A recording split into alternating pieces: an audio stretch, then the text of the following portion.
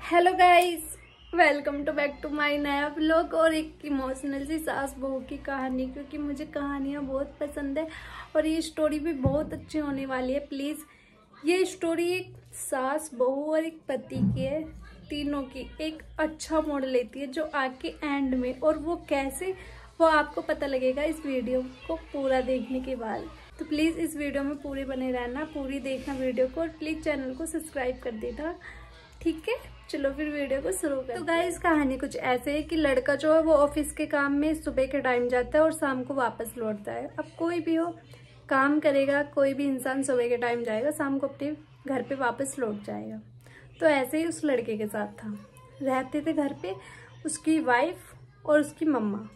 तो अब क्या होता था, उन सास बहुओं के बीच में जो वो बहुत ही पूरा काम कर देती थी घर का, जितना भी उससे होता था, लेकिन सासू माँ को उसका काम पसंद नहीं आता था।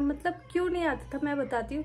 उनको लगता था कि मेरी बहू काम कम करती है, मेरे हिसाब से वो उतना काम नहीं करती। तो यही लगता था उनकी सासू माँ को।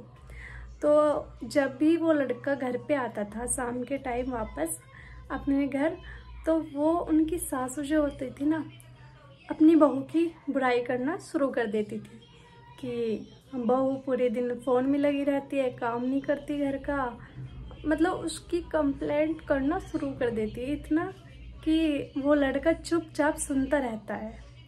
ठीक है, दोनों की बातें वो कहती थी कि मैं सारा काम ही करती हूँ, लेकिन सासू माँ फिर भी ये कहती थी कि कुछ नहीं करती, ये फ़ोन में लगी रहती है।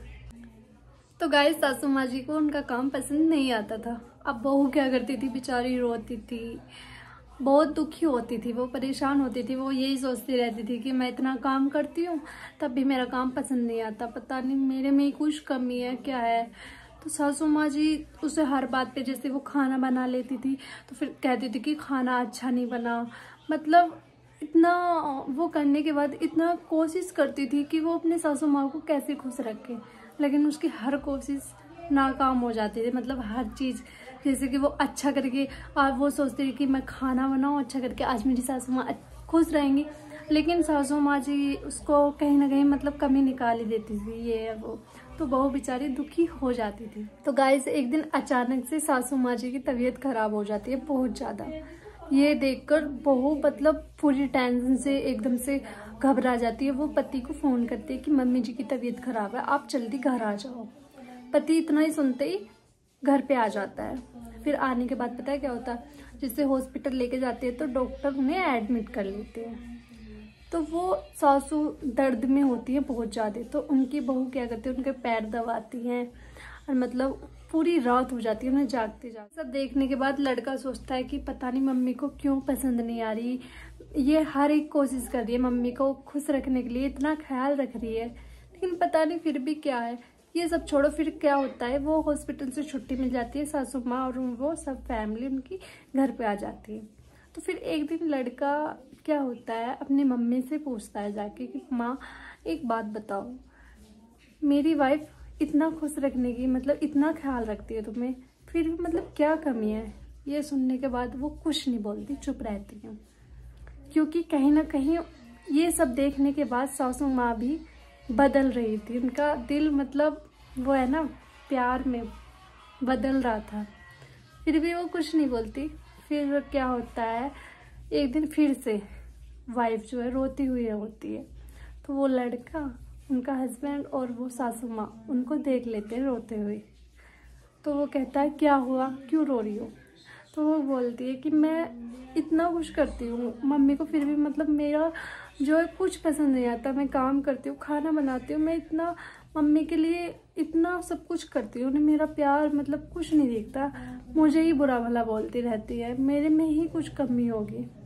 अब ये सुनने के बाद सासू माँ की आंखों में से आंसू आने लगते हैं और कहते हैं बेटा सॉरी, सॉरी बोलती हैं फिर वो, क्योंकि उन्हें भी लगता है कि कहीं ना कहीं मैंने थोड़ा कुछ इधर उधर कर दिया था। लेकिन वो कहते हैं ना, देर से ही सही लेकिन समझ आ जाए, वो बहुत बड़ी चीज़ है। तो कहते हैं, वे उसको अपनी सीने से लगा लेती हैं, कहती है कि बेटा मैं ही तुझे समझ नहीं पाई थोड़ा, लेकिन तू मेरी एक अच्छी बेटी है।